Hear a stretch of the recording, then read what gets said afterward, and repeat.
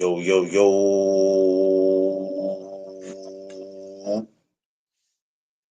What's up, y'all? What up, what up, what up, what up, what up? Good afternoon, my good people. What is happening? It is me again. Yeah, your boy, Mr. No Duck Zone. And you know this episode is sponsored by me, No Duck Zone. What's up, y'all? It's happening. It's happening. Throwback Thursday is my second time around. Good afternoon to everybody. Safe travels to everybody moving around, man. Going to work, coming from school, whatever, after school program, wherever you going. Going to chill out tonight. You know, it's Thursday. You know, some of these bars be lounges, they have specials going on or whatever, wherever y'all at, man. Safe travels out there. Be safe as you can out there, man, because these streets is crazy and it does not care about anybody. Um, shouts to shouts to all my amateurs who's getting it in this week. This Saturday, heavy hitters in Long Island. Shout outs to y'all, man. Shout outs to the coaches. Shout outs to USA. Shout outs to everybody, man. So we're back again, second time. First time earlier, we were in talking about the Bernard Hopkins and James Toney. Now we're back to talk Floyd and Crawford. Which that would be crazy if they were in their prime. So we're gonna well, let me send these out real quick, y'all. Let me just send these out real quick before we even get deep into it. Let me send these out. There's people who's gonna wanna be involved in this. So let me send it out. Free. All right. Pulled off some hours today, y'all. I got 5 hours in today, y'all. That was the first time I was actually able to pull that off, which was crazy, right? I didn't think I'll see myself doing it, but I had my people to thank for it. Shouts.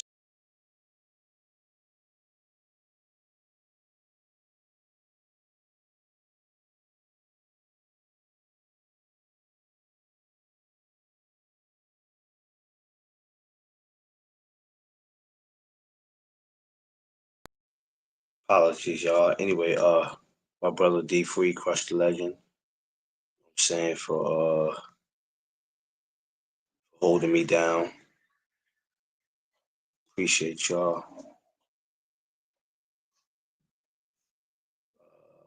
Who else? Seafood.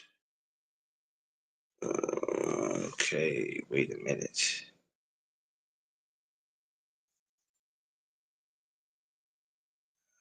All right. I'm not going to be on here long because I did 5 hours today, so it's not even about watch time far as this video. This video is not going to be long. It's not gonna even be 2 hours. Um,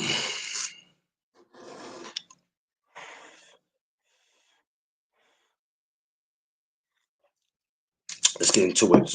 My newcomers, my regulars, everyone, welcome to the No Duck Zone podcast. Let's go. Make sure y'all like, share, and subscribe. Smash the like button. No Duck Zone merch. If you are interested in getting coffee mugs, a hoodie, hell, if you want a hat, until I get that website, which that website probably won't come until I could get monetized. If I find a way quicker, then cool. But till then, I gotta wait. But that doesn't mean you can't get anything. If anybody's interested, just hit me. and we'll go from there. You know what? Let me grab my phone, guys, because I got to see what's going on. So give me a second.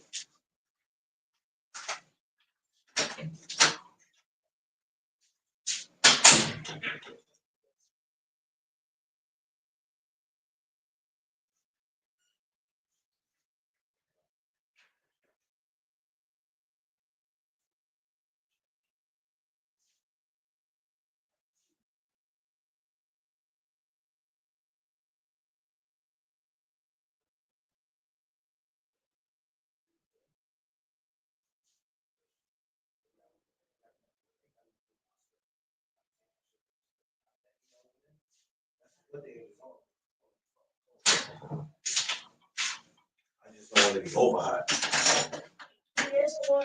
All right. All right.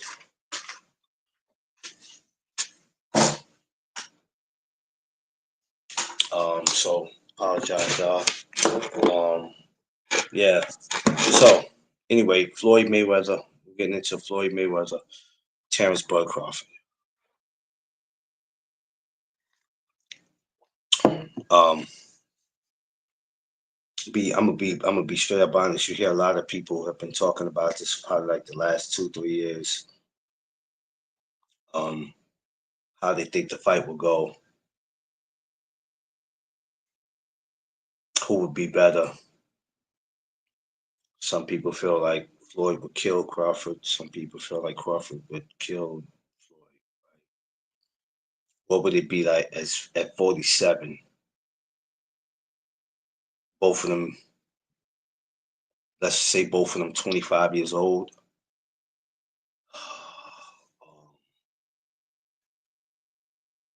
Both dogs,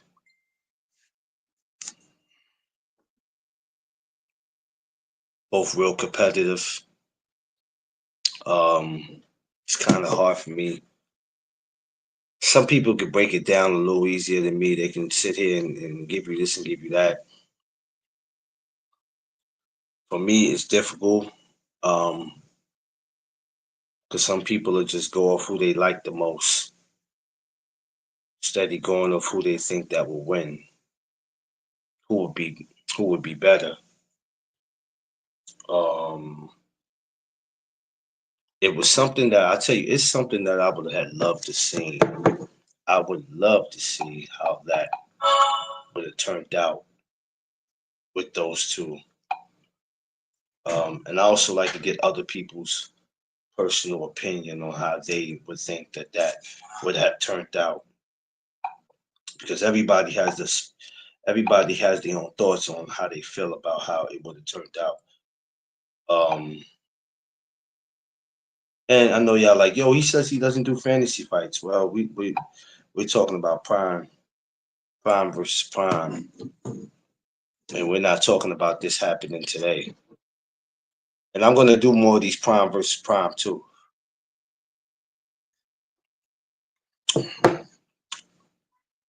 Be on the lookout for the next one. Kodo versus Trinidad. That's gonna be the next one. Now next Thursday is my birthday. I, I might do it next Thursday. I don't know how what's going on. What's my plan? I might get it in next Thursday. Matter of fact, that's what I'll probably do. I'll probably save it for next Thursday. Stormy B, what's up? AKA the Sensei. Everybody go subscribe to Stormy B, man.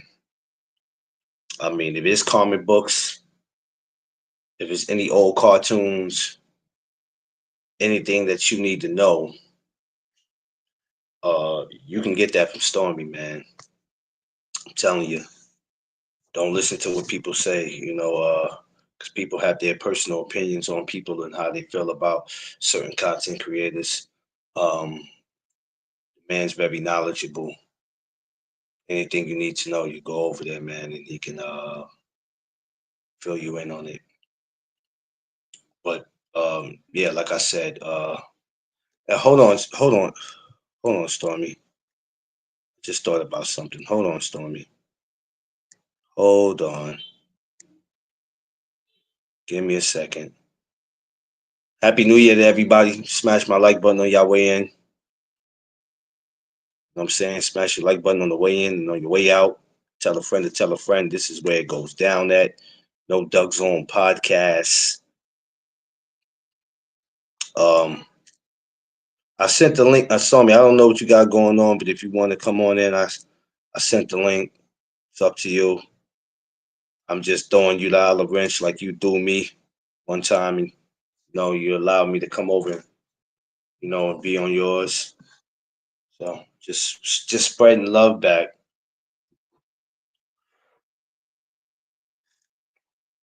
So I can't say. All right, go ahead, Stormy. I can't say personally or guaranteed who would win. D Free, what's up? I can't say. D Free, the link is in. I can't say. That's a tough one. BC, what's up? That would be competitive as hell, man. I mean, god damn, you got here it is, Crawford, who's strong as a bull. I mean, Crawford's strength is strong as a bull. You look at this guy and you see how small he is, and you think that he has no type of strength. And this man got the strength of a bull, and he can hurt you. Floyd, not saying he ain't strong, but speed and power. Here he go with this bullshit, darknesses. Here he go already. Let him live, D Free. Damn. So would it be strength? And not saying that's not all Crawford has, but when you look at it, strength versus speed, what is it in that fight? What is it in there? What would make a Floyd in his prime versus Crawford in his prime so great that everybody would have to tune into it? Both of these guys at 25 years old. Forget who our undercard is. We have to get into that later. What would be the reason to watch it? Who would promote it? That probably wouldn't be important to y'all. Speed, greatness, power. Power doesn't create speed. Yeah, BC.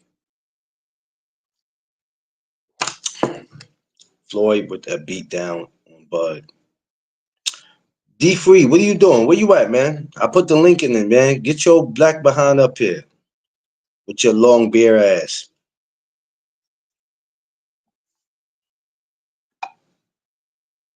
Smash my like button, y'all. Oh man, I ain't messing with y'all. Smash my like button. He said Floyd with a beat down on Bud. I want to give Bud some type of credit. A beat down. I don't know, man. Bud is a very smart fighter. You can't and even though he's been hurt before, you can't get him to do exactly what it is that you want him to do. That's the only thing. Even if there was a way that he would have beat Crawford, I think that would have went to the scorecards. I can't see him stopping him. So I don't want to say that Floyd would have stopped him. I don't know. Don't know. Why you talking about? Listen, don't come up here acting to be BC, okay? That's exactly who I am right now. I'm BC for the day. So strong and smart.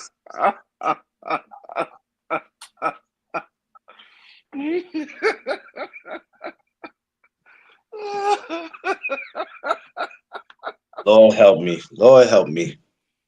Lord help me. Lord help me. This dude right here, B. Jesus Christ. Jesus. You'd have thought this morning was enough with this guy. This guy went from 8 o'clock to 1 o'clock with this nonsense. All day. Now he's back again to piss off the community. Well, we here with it, man. Money, not money made, but Floyd, Crawford, Prime versus Prime, 25 years old. D Free, please do tell. How does this fight go? I'm not going to explain it just yet. I'm waiting for one of these daggone Bud lovers to get up here and tell me how Bud wins. I don't want to give all my chopping points and then these dudes pop up. Them, oh no, this, and then I gotta give it all over again. Oh shit! If they ain't here by now, then it's too late. We ain't waiting for them to come in. By the time they come in anyway, they all they doing is looking at the thumbnail and then assume they know what's going on. You don't know.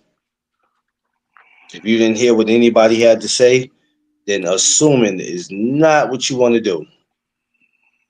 Hold So on, I'm about I don't to. want them coming in. I don't want them coming in here assuming. If you don't know what's going on, I suggest you sit back and listen. I got something for you. Got something for you. What? Got something for me, or I'm you gonna got talk. something for the blood fans? I got something for you. Oh, that's crazy. Oh, that's crazy. Damn, that make my thumbnail look like shit. Damn, should have grabbed that thumbnail. That one looked better. Damn it, that one looked better. That my punk ass thumbnail. Look at that, man. Damn, that hey, that looked like they really like that. Looked like that really should be on somebody's poster on some. They fighting on some this week type shit. Damn. Um, my honest opinion on it is it would be one hell just like we talked about that fight earlier at 47. This would be dangerous, man. I think this would be a dangerous fight for both and not just one. Hey, are we gonna do it at 47 or are we gonna do it at 35? Oh shit, well I said 47, but damn, 35. Ooh. uh, know what, I, I say 47. I don't know why. It's nothing against 35 though, but somebody, you know why I say that, because somebody gonna be on there looking like a damn skeleton. Somebody gonna look like they, both guys. You never really see two guys that be at that weight and they both look in shape. You ever look at one guy, you be like, okay, he looks like this, but why this other guy, half of his face is hanging out? Like when you saw Tank and Frank, you wouldn't even expect Tank to still be at that weight. But when you look at him, he looks actually all right. You look at Frankie, you were like, damn, you see the bone in his face, like shit. One of these guys was not going to look their best at 35. I'm just trying to figure out which one of them. Somebody would have looked drained as hell. I just don't know which one. Hmm. I mean, both of them started their career at 35. Yeah, you know what? You're right. You're right. Yeah, you right. Floyd came a long way to go all the way where he went. Um, I tell you what. Do you make this a pay per view or do you keep it as on a fight on the undercard? Well, if it's Money Mayweather, it's only gonna be pay-per-view. Let's take it back to the. Let's see. Well, Floyd was 25. Was he on pay per view? Nah, he ain't fight on pay-per-view at 35. No, 25. Nah, he didn't fight on he didn't fight on pay per view at 25, did he? Nah, he Yeah. ain't get pay-per-view until he fought at 47. When his first pay per view was what? Gotti? Was it Gotti? Yep. It was Gotti. Then I think after that he got Zab the next year, and then he got De La Hoya. Damn, he got some animals, boy. He got. I ain't gonna lie. Floyd got a. He got a little list on him. Um, but rather if you put this at 35 or 47, I don't see anybody getting stopped. I see somebody getting dropped, but I also see it going to the scorecard. I just don't know who's the winner. Who hand is gonna get raised? Um, I got I got Floyd all day. Damn. I got Floyd all day. What do you think Floyd would do? What would you think some of the things Floyd would need to do to get the job done? Floyd just need to be Floyd. I mean, he's gonna he's gonna see what Bud does well, and he's gonna take it from him. Bud is gonna come in orthodox, and then he's gonna switch southpaw. And Floyd, like I said, the thing about Floyd is his one of his best strengths is taking away your best attribute. Mm-hmm. Whatever Bud thinks he does well, Floyd is going to take it away from him. Mm-hmm. Now, the thing is, can Bud make make the adjustment to deal with Floyd? Because Floyd can make the adjustments, but can Bud make the adjustment? I don't think Bud. I think Bud adjustment is switching to southpaw. I think that is his adjustment. Roger Mayweather versus Bomac. Lord have mercy. I can only imagine what that press conference is. Oh wow. I, I can only imagine. I can see Roger now. Set your ass up. You know Yeah, how he is, man. You know how Roger was. God rest his soul. Oh man. Hey, remember we was talking about people who can talk. Floyd can talk. yeah. Floyd can talk. But Crawford's also no quiet guy neither. Especially if you are in the family. Listen, you know what the one thing I learned between Crawford and Tank? If you are in the entourage or you're just a family member, you might want to sit in the crowd and shut up because what you do is you're about to get your loved one hurt. You're See gonna get the your loved one hurt. see the thing about Floyd, what people don't know about Floyd. Floyd was very smart. If he felt like you might have been a threat or you might have had something that he wasn't too familiar with, Yeah. what Floyd would do is give you an ultimatum. You want to fight with me? Then go beat this dude. And what Floyd is doing, what people didn't pay attention to, Floyd was seeing how you react to a certain style. And once he see how you react to a style, he knows what he got to do. That's what he did with Canelo. He put Canelo in there with Austin Trout. He saw the success that Austin Trout had. Floyd was like, okay, I'm gonna beat this dude easy. So And Floyd went in there and wiped the floor with Canelo. There was nothing Canelo so can do. so so if Crawford was to step to him, not now, we talking about back then. Yo, Floyd, man, what's up? I want next, and Floyd's like, okay, go fight such and such, and then we'll make it happen. It's like you said, that's how he got a lot of jokers like that. Yeah, he gave them an ultimatum. If he felt like you might have been a threat, he said, "Okay, let me see how he does against this type of fighter right here." And then Floyd knows what he got to do. But people never really picked up on it. People never paid attention what Floyd was doing when he gave people those ultimatums. He was seeing how you handle certain styles, how you handle um, certain pressures or whatever. So he knew what he had to do in order to beat you. Yeah, he was pretty damn good at it too. Whether people want to admit it or not, he was good at it. for a long time. But Keith I think Thurman wanted to fight Floyd. Floyd gave him an ultimatum. Okay, you want to fight me? Go fight Earl Spence. You beat Earl Spence, then I'll fight you. yeah. Keith Thurman was like, hell no, I'm not fighting Earl Spence. Nope. He gave Sean Porter the same thing. He said the same thing to Sean Porter. You want to fight me? Go fight Earl Spence. Sean Porter was like, nope, not going to do it. Yeah. He managed to he found the way around that. Yeah, he had a great way of telling you that. Kind of like when Spence told was it Spencer Thurman that told he told him to go get a belt. Then he said, I want when I go get a belt, your guys go here, you go there, you find the best way to avoid me.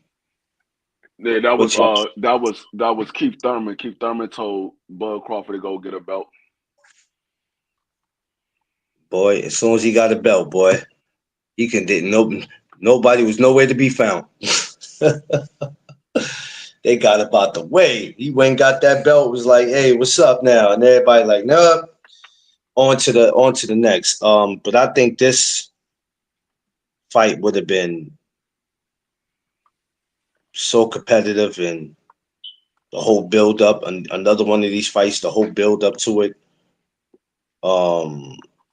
would have been crazy. And I don't know, man, just wishing that we could have I don't know, this when that's why I love doing this prime versus prime because it just does something to me versus they call it fantasy, but I'm like, nah, I'd rather just say prime versus prime. It sounds better to me. Um, because all the fantasy fights y'all want, you ain't never gonna get. Stormy B man said he ready. Listen, uh, check your DM, Stormy. It's in your Instagram. Um, and in my opinion, fantasy fights are the ones we're not getting. That's how I like to look at it. People might look at it a different way though, but that's how I look at it. But this one right here for me, like I'm just excited to do the whole. Since you said that, it's crazy. It was your idea to do the whole Kodo in Trinidad next week. I think I'm going to pick my birthday to do that. What better day? Miguel Cotto versus Trinidad. I'm gonna do that next week. Mm. I'm gonna do that next week. Look at the face. Hey, don't listen. Don't cheat. And by the time I look up, it's like 100 bald equals in here, and I'm like, yo, hold on, where they come from? For that one's gonna be lit. But yeah, man, I think and then even if it came down to it, because I don't remember exactly who was in their weight at that time at 47. But 47 probably was way more interesting then than it is today. 47 is when Floyd fought? Yeah. Yeah, I mean you had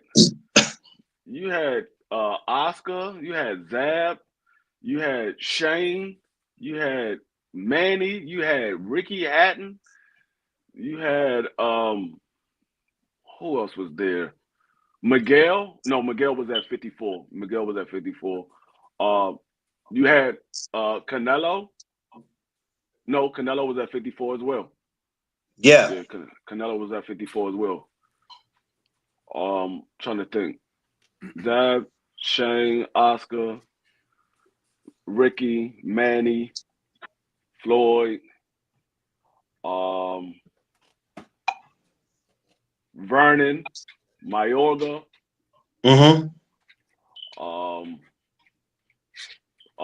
Madonna. It was interesting.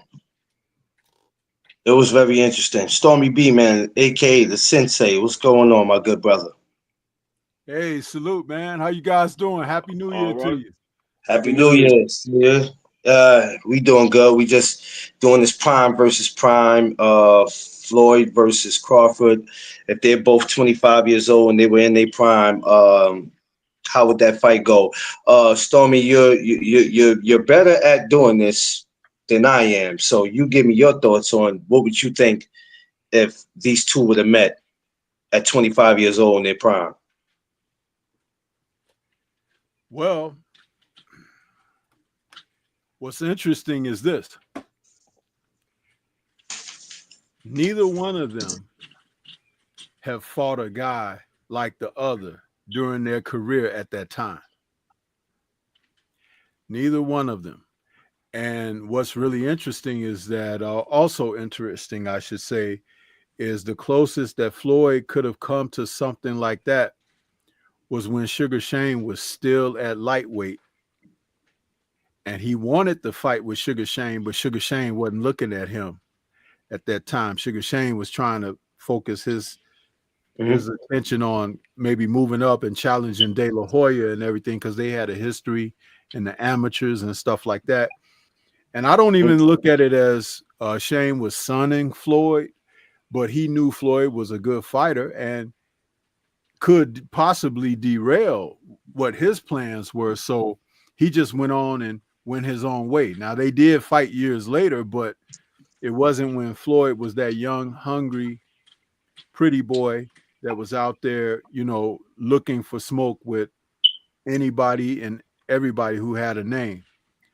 Yeah. The thing with Bud is this: Bud has always been a most talented guy, even Olympic type talent, but due to his personality, mindset, he had troubles that held him away from achieving that. So he always had something against him that he was fighting against all the time, which made him a hungry fighter.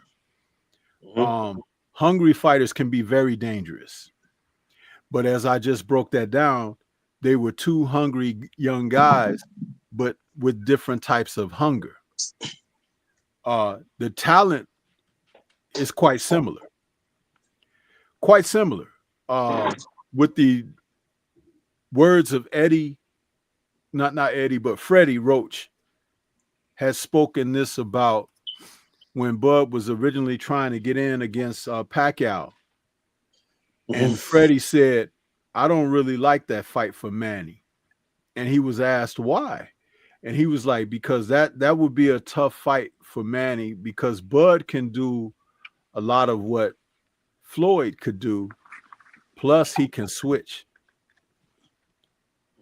Now, coming from Manny's trainer, that's about the highest compliment you could really get, because he knows how dangerous you are and doesn't want his guy to face you under no terms.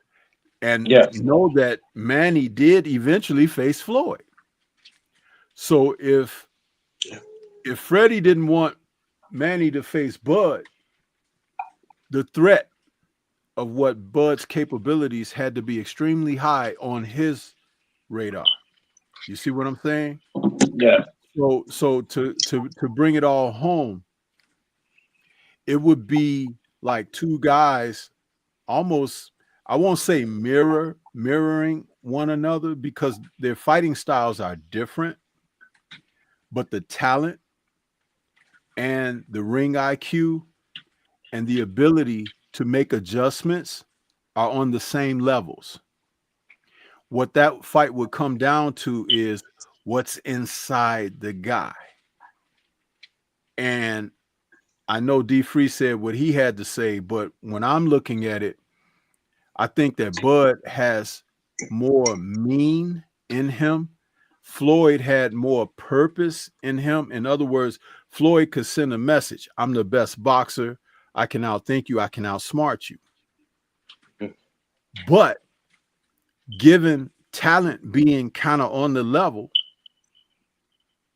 he's not going to outthink Bud, because Bud is a trickster himself. And he's mean. That's something that is off the charts. My brother, the dearly departed Kurt Sugar, used to talk about the intangibles.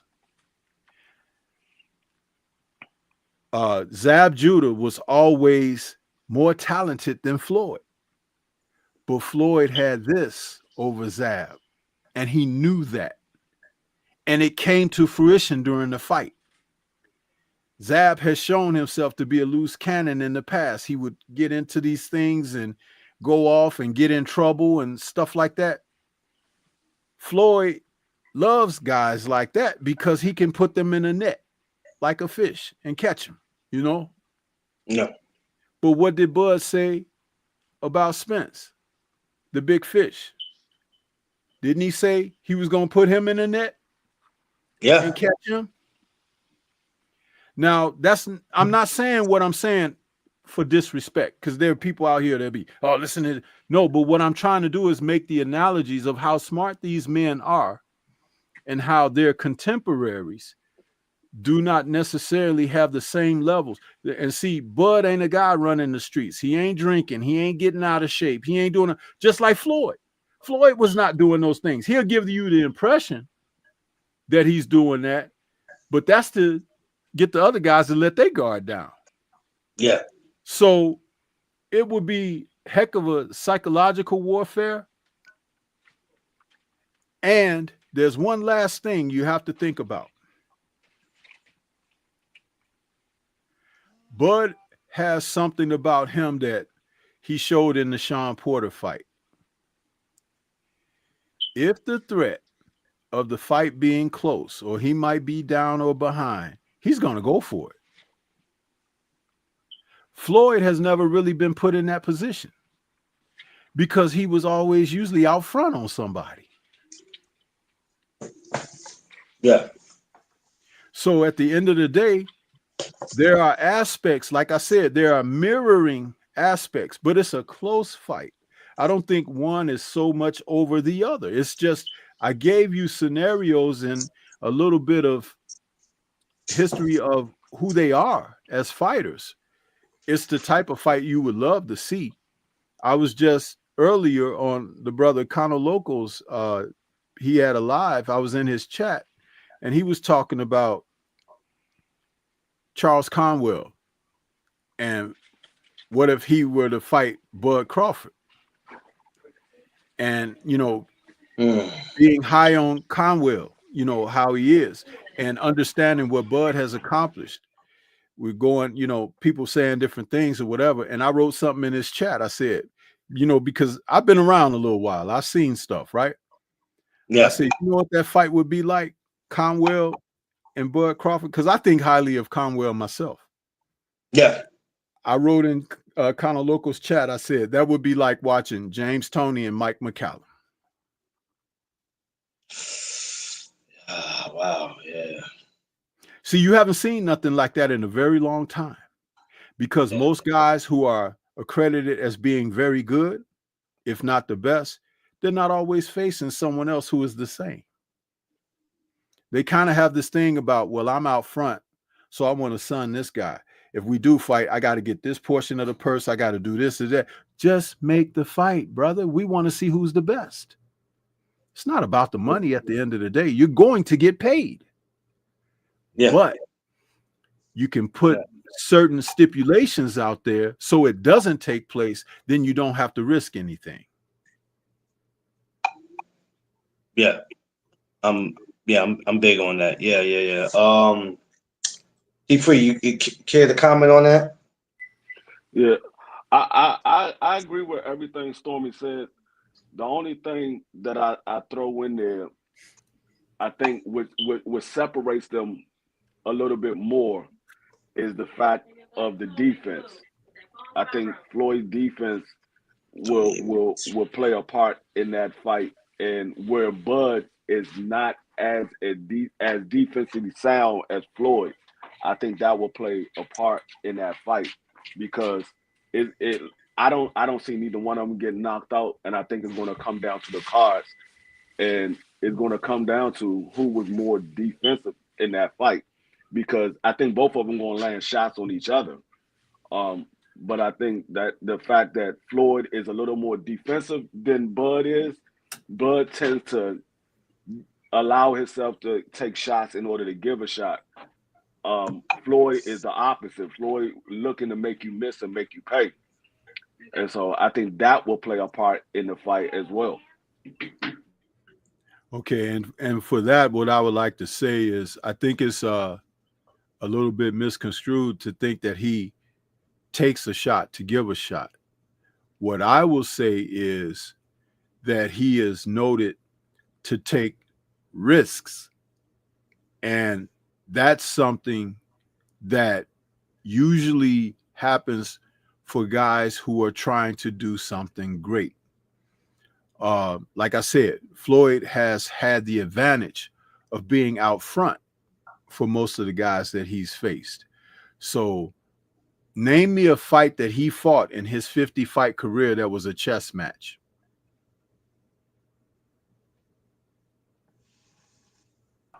I would say I wouldn't say it was a chess match, but I would say it was an actual fight that Floyd had to have, and he had to run it back because a lot of people thought he lost, and that was the first Castillo fight.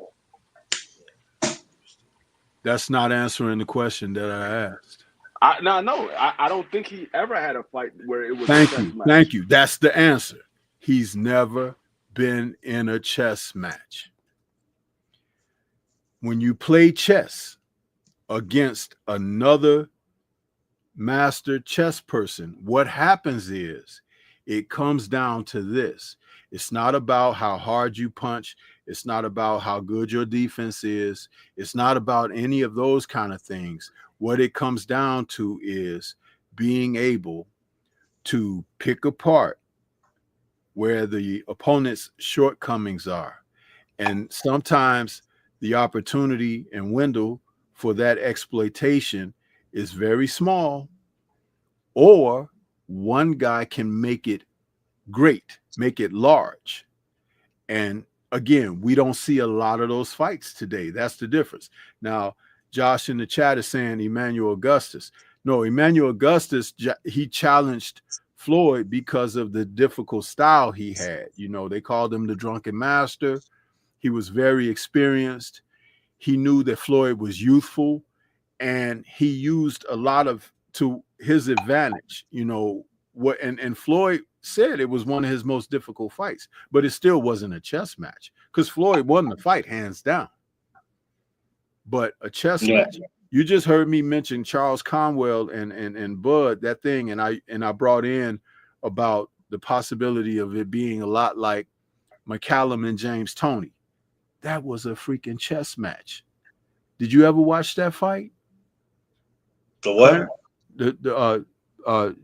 Mike McCallum and James Toney. Did you ever watch that fight? Yeah. I'm glad that the first fight. They fought 3 times. Yeah. But particularly the first fight, because they were so old school with their styles, their experience, the way that they could make punches miss and counter, be crafty, all of that made them great against everybody else. It's like, man, them fighting each other. It was like, man, it's like if you like good jazz or something and you put an album on your favorite artist and you listen to it and you just sitting there with your eyes closed, just nodding your head to them. That's what it was like watching those 2 men fight.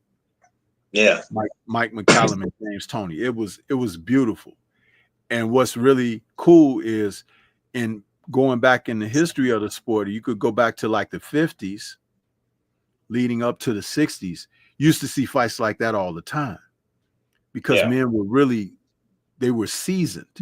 Guys had losses on their record already. So nobody's worried about, will I lose? They're worried about how can I best this guy? You know what I'm saying? It was a different mindset back then. Yeah. You know, it's like it's one of those things. And I have to say, Bud hasn't been in a fight where he was asked to face someone that it was a chess match. The closest thing that people thought that was going to be was that guy at 140 before he moved up. What was that guy? Victor, what's his name? The Ukrainian guy. Yeah. I can't pronounce his last name. Yeah. Well, and I it know you're turned talking out about that that. Victor it turned Postal? out Postal, yeah. When it turned out that once Bud got into his rhythm, boom, he took off on him. You know what I'm saying? It became, at first it was supposed to, going in, it was supposed to be a challenge. Mm-hmm. He beat Postal easy, you know, but again, this is what I'm talking about. When you're in there and you're against another, it's like, okay, we're talking about two great boxers. They are. Mike Tyson, everybody knew his style was seek and destroy, right? He would run out there, get on top of a guy, get him on his heels, and next thing you know, he's trying to get him up out of there. Didn't you always wonder what would have happened had Mike Tyson fought David Tua? Oh, all the time. Yeah. All the time. But see, that's what I'm saying, but it didn't happen. And usually fights like that don't happen because one of the guys, I don't know, it could be both in some instances, but usually it's one of the guys don't want to be made to look bad or be uncomfortable and put in a situation where he has to do something besides rely on what he's known for. I wanted to see, I remember, and not to bring it up, but I was saying it earlier to Free. I said, you know how bad I wanted to see Riddick Bowe and Lennox Lewis? I get upset every time. And I remember talking to Riddick back at the Hall of Fame, and we were in Florida, and I sat down with him and Nate Campbell, and he was like, the one thing that I regret in my life is not taking that fight. Yeah, man. Because, you know, they were the two best heavyweights coming out of the 88 Olympics, and they both ended up becoming heavyweight champions, and they both pretty much asserted themselves professionally, but each one had their own time as professionals. Like Bo, he had the luxury of having Eddie Futch, man. That thing right there was, and Bo, he squandered that because Futch taught him things that he could do naturally, but his disciplines weren't in place. Yeah. Lewis was not on that same trajectory as far as being taught until after he had his first loss against Oliver McCall, and then he got Emmanuel Stewart as his manager and trainer. And Emmanuel did for Lewis later in Lewis's career what Futch started Bo out with. See, Bo was the one who got lazy. Bo was the one that didn't want to train hard and lose the weight and stuff. Bo was like, you know, and now look at, he has regrets. Lennox ended up getting with someone and he had a different frame of mind where he was more mature about his career and everything. It's just like he didn't even want to start his family and stuff until after his career was done. And I thought that was really smart, even though that some people were questioning whether he was, you know, not all man and all of that stuff. But you look at him now, he's got a beautiful family and everything. And he's got a beautiful career to look back on. He's one of my favorite people. I remember somebody they got upset with me and they wanted me to explain, but when I had told them, I said he's one of my favorite heavyweights, and they almost jumped on me. And I said, well, damn, you know, I didn't know it was against the law to like the guy. Why? Because he's not from here? Because you feel some kind of way towards him? I never knew that. I said, that's crazy when you can't like who you like. The first time I saw him fight, I think he had fought Gary Mason or someone like that over in the UK. I was like, who the hell is this dude? Because I could see he had a big right hand. Yeah. And he was long, you know, he was long and 6'5" or so and 230 pounds. I'm like, this dude is, you know, and Bo, who was kind of like America's guy on that level, 6'5". And Bo's best weights were between 228 and 235. That was his best weight. And he, he was doing some great stuff. But see, if they had met when they were supposed to meet after Bo beat Holyfield, you would have to give the edge to Bo. And do you know why? Because Bo was a hell of an inside fighter. And Lewis, all he had at that time was the big right hand. He wasn't a real great boxer or anything. His jab was more like a range-finding jab, pawing, looking to set up the big right. And Pepe Correa, who was his trainer, former guy that worked with Ray Leonard, he would be telling Lennox in between rounds and stuff, okay, do this and do that, so, and then drop that right hand. It was like he wasn't teaching them nothing else. Kind of like what we've seen in recent years with one of our brothers over here. I'll just leave it like that. But Bo could fight on the inside. He was polished. That's why he was able to beat Holyfield, because he was bigger and younger, and he could do everything Holyfield could do. That Holyfield had advantages on other fighters. But being a big man like that, and he can fight on the inside too, throwing short shots and uppercuts and stuff, Holyfield was too egotistical to box the guy. Boxing him from the outside, get in and get out, move around, like he did Buster Douglas. And he proved it in the second fight with Bo, even though Bo came in worse shape than he came in the first fight. But that was Holyfield's fight against him. But languishing on the inside against a big guy who could fight on the inside like that, you're asking for trouble. And Lewis was not an inside fighter at that time. He was not. Emmanuel taught him how to handle himself better on the inside, but he didn't have that ability at that time when we're talking about 1991 or whatever, when they were could have fought each other after Bo became undisputed champ. Yeah. So with this whole Floyd and Crawford, it was just interesting to me. And me and D Free, we done been on some panels where this have came up, but you can't talk this with everybody. Because a lot of people don't know what they're talking about. A lot of people are just fanboys, so they're not giving their honest opinion. They're just going off. I want to ask you and D Free. I'm going to start with you, and then, well, I'll give you Floyd, and then D Free, I'll give you Crawford. Stormy, what would be the keys to victory for Floyd against Crawford?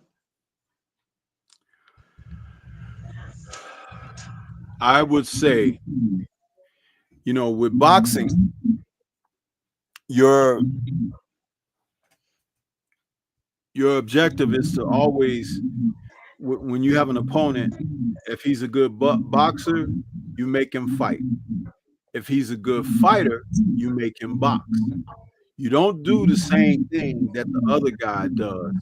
You try to change it up, because you could always go to changing to that and then switching back, because being able to make adjustments is very important. So what I would say is, if I had Floyd, and Roger was a very smart and intelligent trainer, and Floyd had the type of abilities that he could do what Roger asked of him. Because a lot of times a trainer may want his fighter to do something, but the fighter is not capable because he doesn't have the talent to do. Roger would probably send Floyd out there to box Crawford, because up here he knows that Crawford at some point will want to fight. So you keep him tame and contained in not doing what he wants to do. Now, if he comes out and tries to box you, then you switch that up on him. And you go to trying to make him fight. And if you get him stirred and riled and he get to that point thinking like, oh, he want to fight me now, then you go back to boxing. You never do exactly what the other guy wants you to do. You keep him guessing. And that's the way, a fighter shows his multiple levels of abilities. And that's where being a 5-dimensional fighter comes into play, when you're able to make adjustments like that and go from one to another and then back again, or to even another plan throughout the process. All right. D Free for Crawford, keys to victory, man, to beat Floyd. What does he need to do? I'm gonna mute my mic again because I'm hearing something crazy on my side. Maybe it's just me. Go ahead, though, D Free.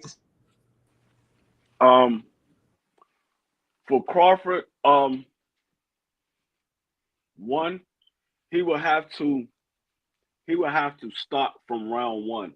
He can't do what he does and wait to see what his opponent wants to do, because with a guy like Floyd, you don't want to give any rounds away, because if Floyd gets the lead, it's going to be hard to get that lead back.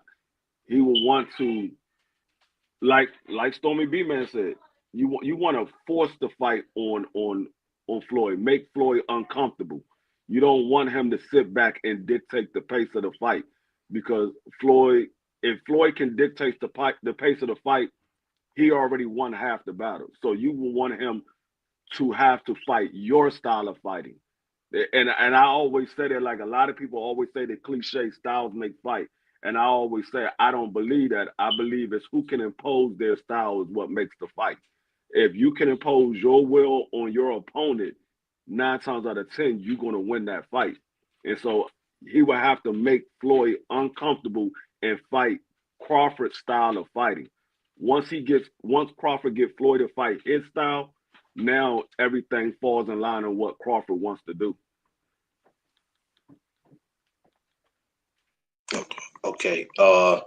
Yeah, great point. Because like I said, I think in their prime, this would have been it would have been a hell of a bout, man. And Stormy Free, when you think about it, right? And I think that's why a lot of us get so upset.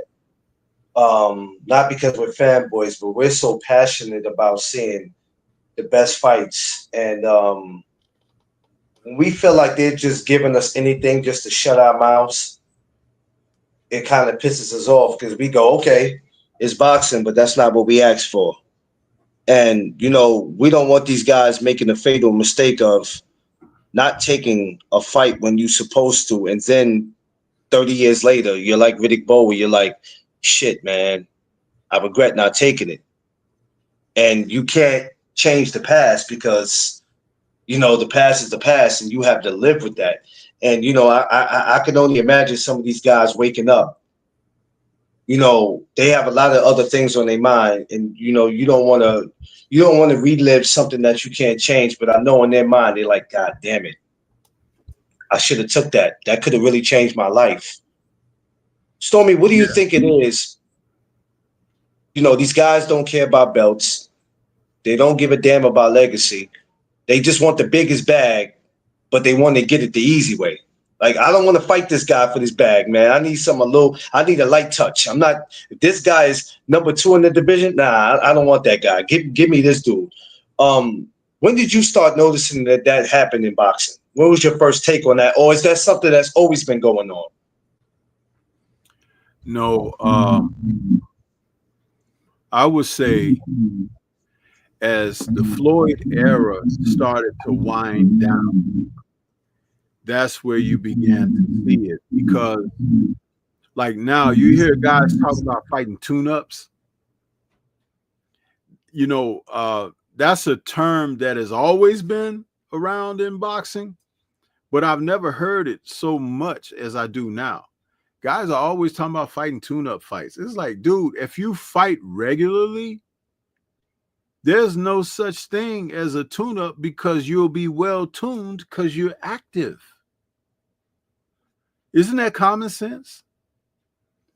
When guys get matchups where they stop a guy in two or three rounds, why is he not fighting again for like another 6 or 7 months? You are wasting a lot of your training that led up to this fight. Get another fight within 60 days, huh? And you take like a week or 2 off, get back in the gym, get me back in the ring in another month and a half or so, because you want to keep your timing. You want to keep your shape. You want to keep your sharpness.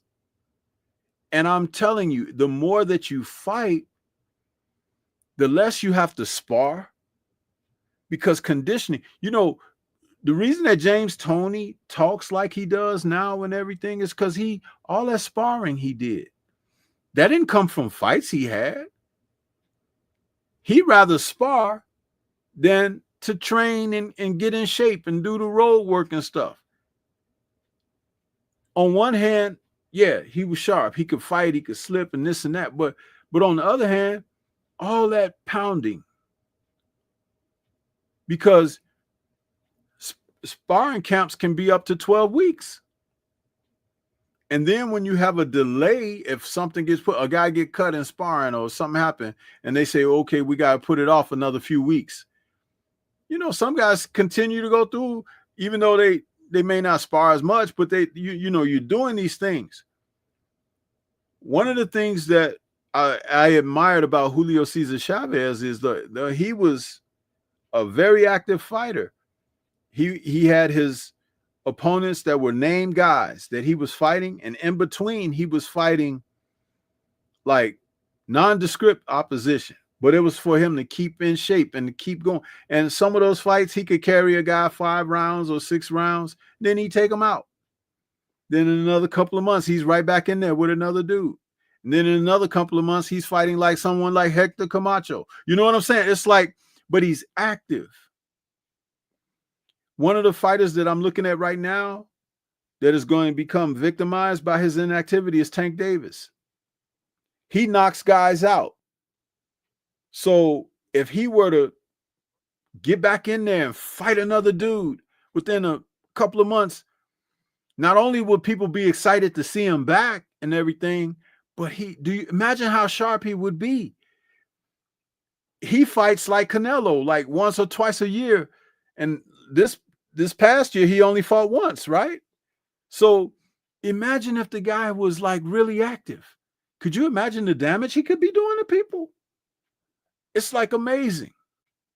And lastly, to bring it home, what you were asking, no, I don't know where this thing started, but like I said, I think it started toward the end of Floyd's career because people were admiring the record, the 50-0 and things like that. And networks, when they sign somebody to a deal, we're going to keep you undefeated, kid. We're going to get that title for you. We're going to do this. We're going to do that. We're going to make sure you end up, you're going to be like Floyd. It's like, and that's a great selling point for someone who don't know what they don't know the business. But people will love me every bit as much if they see me every couple of months fighting. They would be like, oh, there he is. It's Stormy out there again. He just fought like 4 months ago. He was fighting again. And the activity, you could see when guys are active, they produce better. And it's not going to work for those who are being shielded and guided. And I've always said this, once you realize you have a fighter, he can punch, he can defend, he can move, he can think, he's in great condition, and he listens to his coaches and trainers and tries to implement what they ask of him. Once you do that and you have that, okay, you get a couple of knockouts, right? Then you start teaching them how to defeat styles. You got a guy that moves away from you. You got to learn how to cut the ring off and hunt him down. You got a guy that comes after you. You got to learn how to give angles and get your stuff off and turn him, keep him turning, keep him picking up his feet where he can. You got a guy that can take a shot, which means you're going to go distance. You're going to go longer rounds with this guy because hitting him on the chin ain't going to necessarily get him out of there. But you drop one of them good body shots and he'll go boo-boo on himself. Then you have other aspects, guys who are wild and awkward and stuff like that. This is real life. You have to learn how to deal with these things. When I hear a coach and trainer say what Gervonta's coach said about why would we fight Shakur when he wouldn't let us do what we want to do, he should be fired right away. Because you're supposed to be able to teach how to defeat styles, man. That's part of your job. Huh? And if you don't want your guy to fight a certain guy because that style is all wrong for you, then you are all wrong for boxing as a trainer. Yeah. I don't think we would ever hear Roger Mayweather say that, or I don't think we'll ever hear. Yeah, we wouldn't hear None him of say the that. older sages of boxing would say something like Yeah. that. And I don't think we'll hear Bomac say that. Nah, It so speaks nah. more volume about what their shortcomings are than how dangerous the opponent is. Georgie Benton, who used to train all of the main event fighters from Meldrick Taylor and Whitaker and Holyfield and all of those guys, Tyrell Biggs, he said, my job is to teach how to defeat styles, you know, and that's what I do. I teach my guys their technique and how to protect themselves and this and that, but I got to teach them how to defeat people. And if you look at those men, they all won titles early in their careers. I think Whitaker in his 15th professional fight became world champion. Holyfield in his 12th professional fight. Meldrick Taylor became a champion early in his career. I think he was like 20 years old or something. Those things come from the trainer who's teaching. And it makes a difference when a guy has that, because you have the confidence and you can see around you the success because the trainer is telling you stuff, you believing in it, you're having success behind it, and it makes you want more. And you like, huh, and you think you can beat King Kong because everything he's taught you and how he brought you along, the success is there, the path towards success is there. It's written in the book. And that's to be respected. Well, if you got a guy that says, oh, we're going to keep him away from this and we're going to keep him away from that, man, please, I don't want that guy in my gym at all, working with any fighter or anything, because that's telling you that you're not confident in what you're doing. Yeah. You know what I mean? That's oh, D3, go ahead. I'm sorry, brother. I want to hold you. Oh no. I agree with everything Stormy was saying. Um, and we was talking about Julio earlier today, and Sure was. Sure was. and Julio is one of the last big name guys to have fight over 100 fights. You ain't gonna see guys nowadays fighting over 100 fights because they're not active enough. And I always thought the same thing that you just said, Stormy. When a guy gets a first round knockout, why is he not back in the ring? When that happens, it's like you getting a paycheck on your day off. You're not gonna go back to work until the next week. No, you're gonna go right back to work, even though you got a paycheck. You're gonna go right back to work. So I never understood why. I know where it came from. These guys getting so much money now that they like, oh, I don't have to fight as much because I'm making these big bags. But like you said, when you want to perfect your craft and you want to better your career to be on that level where Floyd Mayweather can go 50-0 and you don't have to really worry about your opponent as much, is because you so much smarter than them. You always 1 or 2 steps ahead of them. You have to work on your craft. You have to be in the gym. Why you think these football players, they have OTAs, then they have mini camp, and then they have training camp? Because they want to make sure that these athletes are on point when it's time to hit the regular season. They want to hit the ground running. They don't want to have players coming in there and we got to train them up and get them ready before they can play a game. They want them ready when it's time for game week. They ready to go. And so every single week, all they doing is adding on to what they already learned in the off season, in OTAs and mini camp and training camp. But I want to go back to what Stormy said, how it kind of slowed down when the Floyd era, right? I guess when he was getting ready to get out. Now, my next question is for both of y'all is, how do you feel about Turkey Ali Sheik and what he's doing? Undeniably, he's doing wonderful things for the sport. Putting matches together where, if you notice, nobody talks about purses on his events. They don't. They go in there and they fight. He's even got the promoters that he's been working with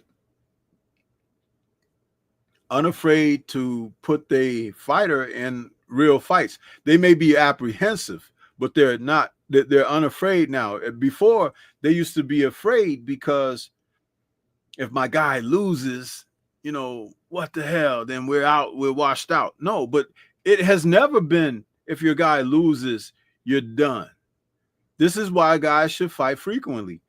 The old trainers, going back 2 generations ago, I'll say that because that will take us back to the Larry Holmes and Sugar Ray Leonard era.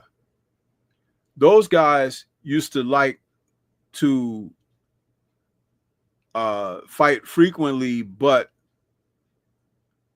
the competitiveness, trainers didn't mind if you had a loss or 2 going into a fight, a championship fight, or you're fighting for contention for the title or whatever. If you had a loss or 2 on your record, or even maybe 2 or 3 losses on your record, it's about your performance. It's about how you put out what you put on a great show. You're a crowd pleasing guy. You people don't mind watching you. That makes a difference. You got guys who don't want to risk anything, and they stink up the joint every time they fight. It's like, dude, really? You know what I really liked about Abdullah Mason last year? That fight where he fought and the cat knocked him down a couple of times and everything, but he ended up righting the ship and he won the fight. Imagine, because Mason was jumping on everybody's cards. He was over there, he was on ESPN. He was just fighting. Hey, Abdullah, we got a card coming up in September. You want to fight? Yeah. We got another one coming up in November. You want to fight? Yeah. Good. You know why? Because think about it like this. What if he was like that kid Torres? Now, Torres is a former Olympian, right? But you see the opposition they got him fighting and everything? He ain't learning nothing. He fight the same way that he fought when he had his first pro fight. And that's horrible. But anyway, about Mason, if he weren't as active as he is, if he wasn't as engaged in his career as he is, when that guy dropped him, that could have played hellified mental on him. It could have been a tremendous setback. And he got knocked down not once, but twice. But guess what? When he came on and then he took the other guy out, do you know that his confidence level in a fight goes from here to here? Because he knows I can get knocked down and I can still get up and win. A guy can take it to me and I can dish it right back. We got guys who got world titles right now who's never been in those circumstances. And they're not trying to get in them. They don't want, hey, man, why don't you fight so-and-so? What has he done? Who is he? What is his resume? Those are excuses. You would rather hear, bring him on. Yeah, I'm glad you mentioned that. And I want D Free to answer, he can participate on this too. Because when I hear fighters say that, it's crazy because Tank said it with Shakur. I remember being at the press conference and one of the media guys acting at it. He said, for what? What has he done? But then the question is, what has Lamar Roach done? So I was kind of thrown off when he said, what has Shakur done? And I was like, okay, well, no disrespect to Lamar, but what has he done? So, I mean, when guys say that, I'll be trying to understand them versus judging them. But then after a while, I'm like, you might as well just come out and say, I don't want the smoke. It's not a judgment when you are using common sense. Yeah. let me say this, and which is one of the reasons why, like my show that I do, the Tuesday Tussle, I talk about boxing and real life and boxing. I pair scenarios and everything, and I go back and forth. But let me say this, and I've said this on that show before. We live in a society where when somebody says not to judge or don't judge, can't you have a perspective of your own without it being, quote, judgmental? It means that you have brain activity. See, someone who's worried about you judging them don't want to be accountable for whatever their shortcomings may be. If you are confident in your ability to do whatever it is you do, and you're doing it on an even plane, you're not worried about what somebody thinks of you or how you are or this or that. Your judgment. It's people who are inadequate, who are not putting forth the best of efforts and everything, who will use that as a defensive mechanism. See, that's a person that can make excuses all day. And accountability in life, in boxing, in whatever you do is very important. And we're living in a society in this country specifically where it's gone to the forefront to the degree that people never put their best effort forward anymore. But they got the nerve to tell you, don't judge me, but you didn't wash your ass today. Don't judge me. Everybody's waving their nose when you walk past. Don't judge me, man, if you don't hit the showers.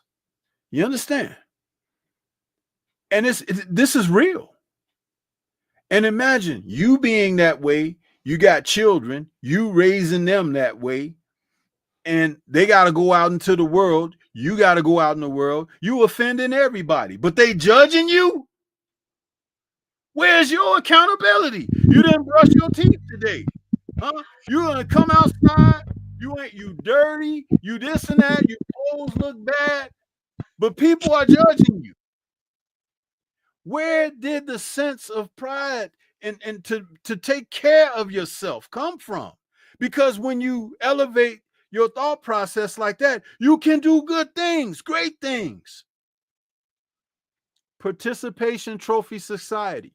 You got everybody, because you were a part of it, you get a medal too. Well, how do we separate the medal I got from who was the best? Well, it's really not, it don't matter that who's the best. What matters is that you participated. No, I put effort in and I did all the work and I should be awarded for what I've done. This guy didn't do nothing but sleep all day. The other person over there, they was cheating and stealing. So you putting them on the same level as me? No. Now, apply that to boxing. And you see what you got. Yeah. Go ahead and comment, my man. When it comes to Turkey, it's nothing. I don't discredit what he's doing, because some of the stuff that he's doing is what we needed, because a lot of these fights are being pushed to the side, or they having too many hurdles they have to jump over. When you got a guy to say, okay, these promoters are not trying to pay these guys what they're looking to get paid, I'll go ahead and pay it, but we're going to do it the way that I want to do it. It helps the sport to a certain extent. The only problem that I have with it is when he's putting on an event that everybody be waiting to see, and it's being done over in Saudi Arabia. We can't go to the event. So that's the only problem I have with it. I mean, I still be able to watch the fight because I can watch it from my own home. But like, say he puts on the Tank Davis and Devin Haney fight that everybody been wanting to see happen, but it got to be done in Saudi Arabia. Well, if that fight was here, a lot of us, we'd be trying to go to that fight because that's a fight that we've been calling to see for a while. And so that's the only problem I have with what Turkey is doing. I don't have a problem with him getting these fights done if he's the one that got to get them done. Because like I always said, to me, the belt doesn't matter to me because I'm not fighting for the belt. The belt don't go home to me. The only thing that matters to me is to see the fight. At the end of the day, the belts are not fighting each other. It's the two opponents that's fighting. I want to see the guys in the ring. So if there's no belt on the line and it's Devin Haney versus Tank Davis, I'm fine with it. If there is a belt on the line, I'm fine with it. It doesn't matter to me. But I want to be able to see some of these great fights. I don't want to have to say, okay, dang, I gotta watch this from home. This is a fight that I was planning on going to see. I want to see this in person. But like I said, as far as him getting these fights done, I don't have a problem with it because it seems like these promoters are dragging their feet to get these fights done.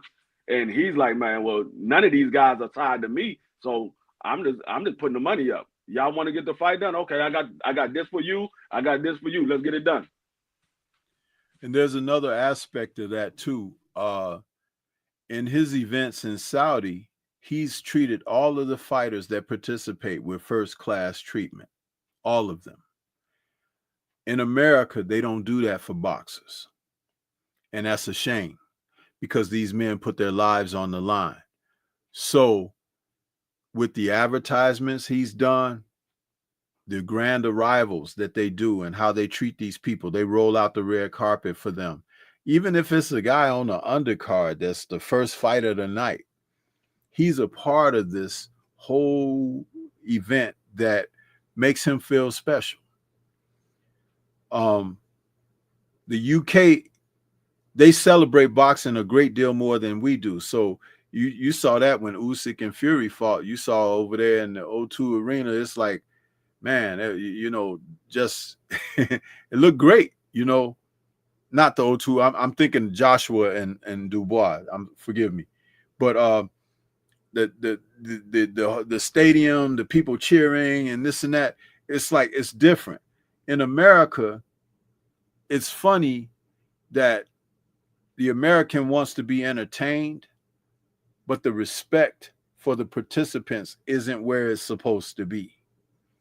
And then you have others who are a part of the event that also don't have the respect for the participants. And I don't like that. And the sooner that we come to grips with that reality, somebody like some of these sports writers, their names, and they say these awful things about fighters and they write these crap articles on them and stuff like that. And they sit their fat butts ringside and they, oh, well, I thought he should have lost that fight and this and that, whatever. But where's the respect and the dignity for the warriors? Where is it? And also, where is the health care for those who come out injured? I'm still clamoring about that because in America, when a fighter gets knocked out or hurt badly and a fight gets stopped, you got 20 people standing around a guy doing nothing but taking oxygen away from him. They don't have oxygen tanks to hook the guy up to. They don't have, sometimes the ambulance isn't even on the scene. Sometimes they make guys walk out of the ring on their own recognizance when they should be carried out of the ring or at least put in a wheelchair to go back and get examined. I hate this. I talk about this stuff. So, yeah, D-Free, you say you like to see the fights, but you should also want to see the fighters treated with respect in your own country because they don't do it. And see, I'm man enough to say, not that you're not, I ain't trying to say you're not man, but what I'm saying is as a content creator, I'm man enough to say, I see what's wrong and I'll voice it. You know what I mean? Yeah. Because I'm always on the fighter's side, always. Yeah. And that's what I said. I said a lot of us are spoiled because we have so many fighters over here that are good. And when you're dealing with the UK and you're dealing with these other countries, they don't have, they get behind their fighters, especially when they're fighting somebody that's not from their country.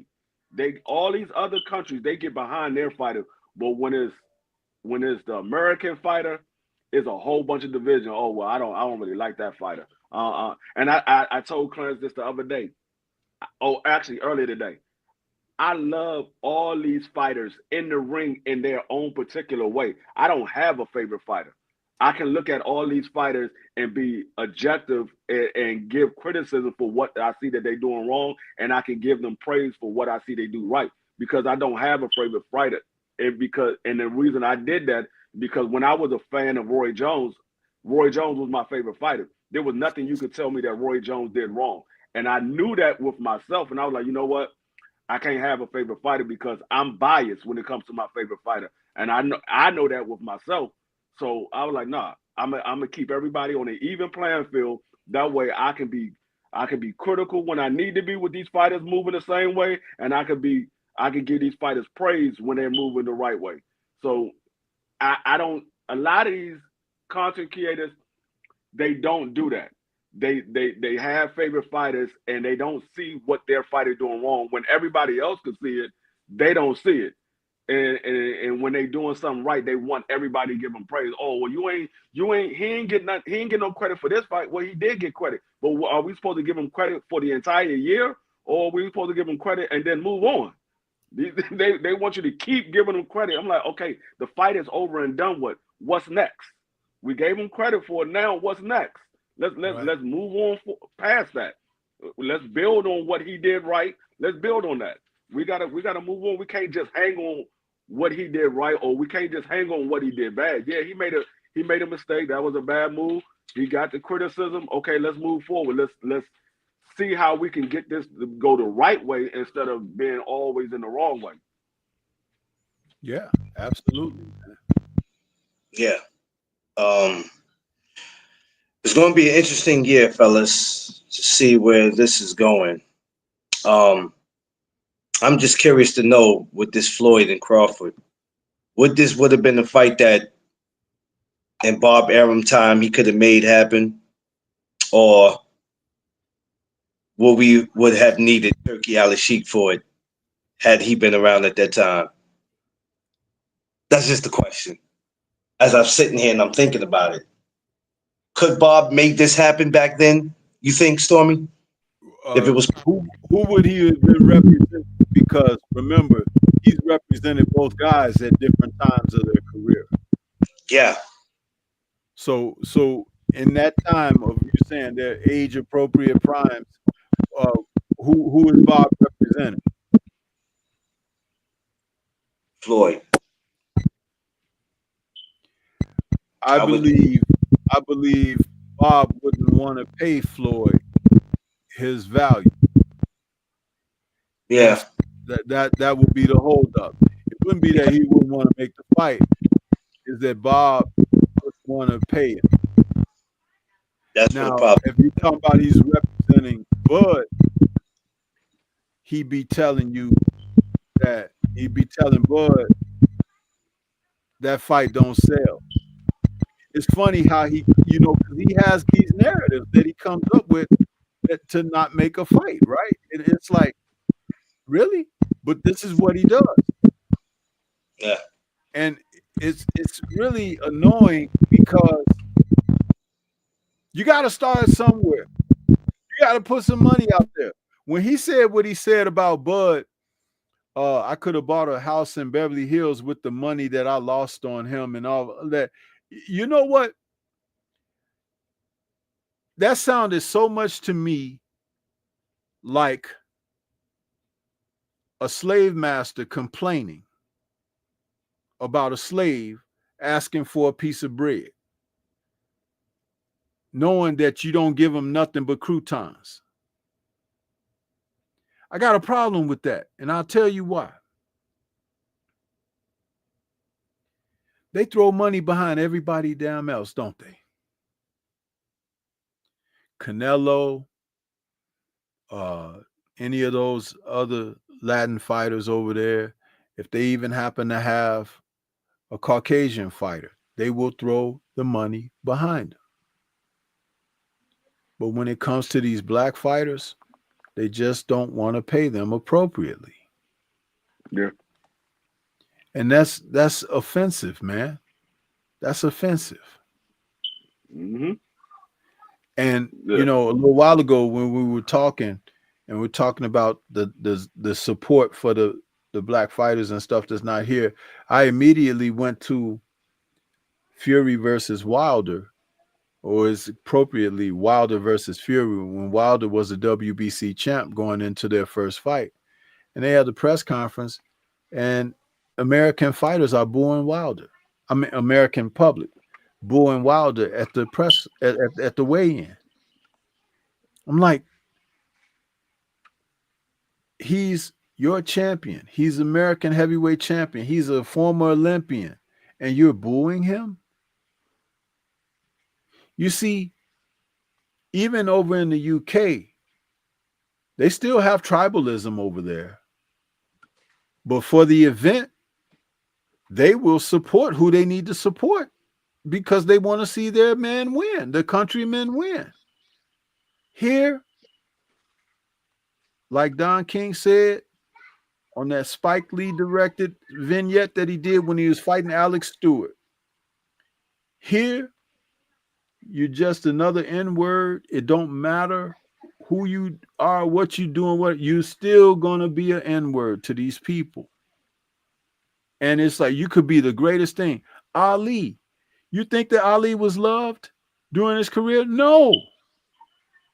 It was only after he retired and Parkinson's set in and he couldn't talk, then they started talking about how great he was and this and that or whatever. But they were always wishing for his downfall. And he had the type of character that could move nations. Nations, not individual communities. Nations. And ironically, he lost his most powerful thing, and that was his voice. Yep. And I don't think that was by accident either. Yeah. Yeah, I said it. Yeah. Of course, yeah, I think. Oh, sorry. Go ahead, Bree. No, I was gonna say, like Stormy B Man said, it all depends on if Bob wants to put the money behind him, because the first thing that you get to make these fights happen, you have to have two fighters that's willing to get in the ring. Once you got those two fighters that's willing to get in the ring, it's up to the promoter to make the fight happen. The promoter can go to the network or whoever they need to go to put the money behind these fighters. But it's up to the promoter. The promoter got to be able to sell that fight to the network and say, hey, look, this is my star athlete. This is another star athlete. These guys is going to generate a big fight. It's going to bring in money. They got to be able to go to that network and say, if the network is the one that's paying that money, they got to go to them and say, hey, look, you're going to get your money back and then some. These are my two-star athletes. But it's up to the promoter to make that fight happen, because the biggest hurdle is getting the two fighters wanting to fight. Once you get these two fighters want to fight, the only thing is now is to make it happen. That's the only thing, because you already got two guys on one accord. They want to fight each other. That's the biggest problem that we have right now. These guys don't really want to get in the ring with each other. They say they do, but when it's time to actually come together and make this fight happen, they really don't. They put stipulations in the way so the fight won't happen.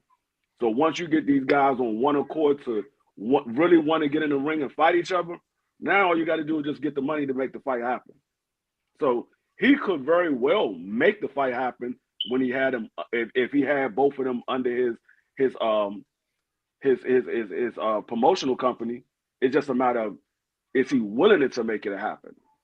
It's the same thing like with when he Floyd stood in front of, it's like when he stood in front of Bud fighting Pacquiao.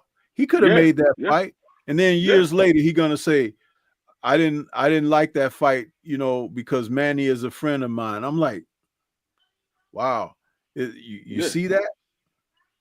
If that's not just like the Oscar and Floyd, he didn't want to make that fight for Floyd. Floyd had to leave the company in order for that fight to happen. And Floyd was like, man, I'm willing to take whatever Oscar give me. I want this fight, because I know once I beat him, I'm gonna be the man that everybody's chasing after. So that when Floyd paid the $750,000 to get out? No. Say that again. I said you said he didn't make the fight. I said, is that around the time when Floyd paid the $750,000 to get out of Top Rank? No, that wasn't for Top Rank. That 750 was to get away from your boy from Houston, Prince, Jay Prince. Okay, all right. Yeah, that was the money to get away from Jay Prince.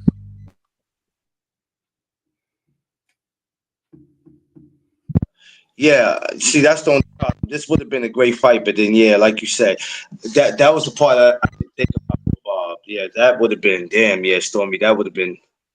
Yeah, that. And then Bud came out and told everybody what Bob does. When Bob makes these pay-per-view fights, the split is between the other fighter and Top Rank. The people that's fighting for Top Rank on that pay-per-view card, they get somewhere between 6 and 8% of the actual split. Like they said they gave Devin Haney an offer of 55-45. Well, Devin Haney would have got the 45%, but Tio would have got somewhere around 6 or 8% of that 55% that Top Rank was going to get. That split wasn't for Tio. A lot of people say, oh, Tio don't deserve 55%. Well, the split wasn't for Tio. The split was for Top Rank. Tio gets between 6 and 8%. Yeah, you know, give me 1 second, fellas. I'll be right back. Give me 1 second. These guys want it all. There's no, yeah, I'll take this, and these guys want it all, man. That's, and I feel like we're gonna get a lot of that. That's gonna be a problem this year. But everybody's gonna turn to Turkey. You know what? I don't gotta fight America. Fuck America. I'll just go over to Turkey and get what you guys are not willing to give me. I'll go over there. Let me tell you, D3, in some ways, what they doing over there with Turkey is great. It's a blessing, but it could be a curse at the same time, because guys get offered. He'll offer somebody and say, "Hey, I want to see you fight this guy, and this is what I'm offering you." And you would think a guy would say, "Yeah, that's a lot of money, but it's not worth the risk." When you look at Jared Anderson's situation, you go, "No, brother. I was glad to see you make that money, but if you ask yourself, was it worth the risk?" Because he could have really got hurt in that. Not to say he didn't, but he could have been worse. At least he was able to be on his feet when he got stopped. He could have been slumped. You know what I'm saying? He could have left out of there in the stretch. Like, it could have been real. You heard what Bob said. Bob said he advised him not to take the fight. He said, I try to warn him not to take the fight. Because, I mean, Bob saw what everybody else saw. Well, at least what me and Stormy B-Man saw. Jared Anderson wasn't ready for no Mark McCauley. He wasn't ready for no Mark McCauley. A lot of people look at these fighters, like I said, they don't watch enough boxing to know a lot of these guys that you hear about. And if you would have watched Mark McCauley in some of the fights that he had before he fought Jared Anderson, you would have known Jared Anderson is not making out of this fight. He's not making out of this fight. Because Mark McCauley is one of those guys. Like I said, he stopped Usyk and Dubois in sparring, and he came out and said, "Yeah, I stopped him in sparring. If I'm lying, then somebody come out and tell me I'm lying." Ain't nobody said nothing. Ain't nobody say nothing. So I mean, this man, he's a force to be reckoned with, and I think the reason why a lot of people haven't heard about him is because he doesn't have the machine behind him. He doesn't have the machine behind him. So a lot of people don't know who Mark McCauley is. But like I said, if you follow boxing, is you do yourself a due diligence by watching some of these guys that you don't hear about on a regular basis. You asked a great question. Who is he? I think tomorrow we're going to get some answers to that. That's going to be the question of the day tomorrow.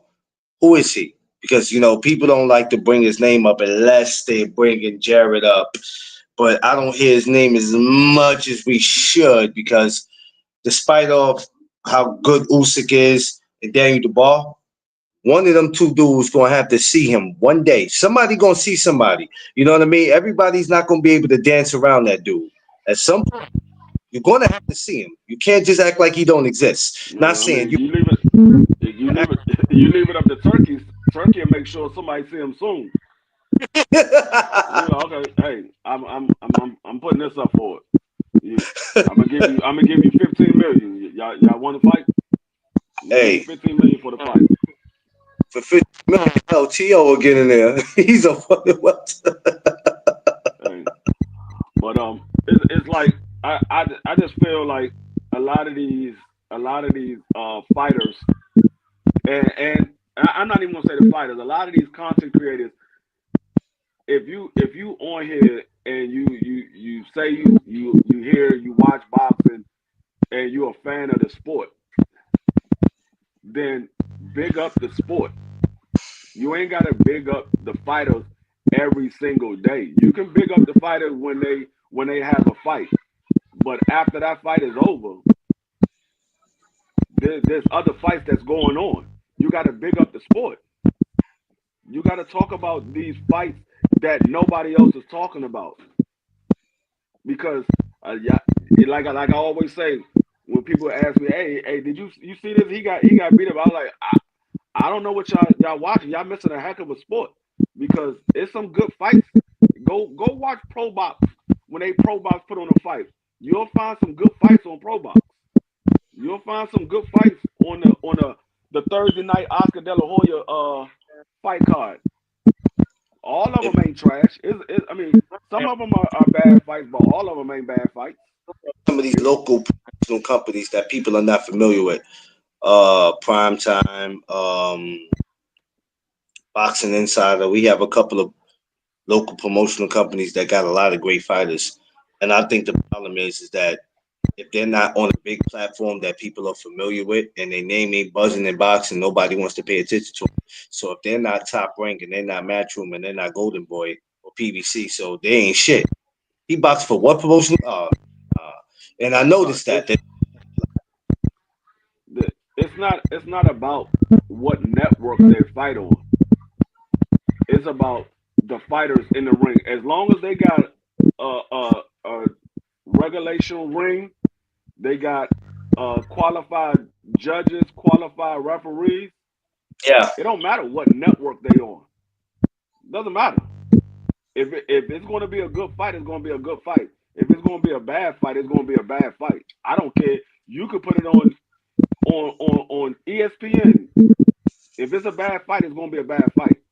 Yes. You can put it on The Zone. You can put it on Prime. You can put it on BLK Prime. If it's going to be a good fight, it's going to be a good fight, regardless what network it's on.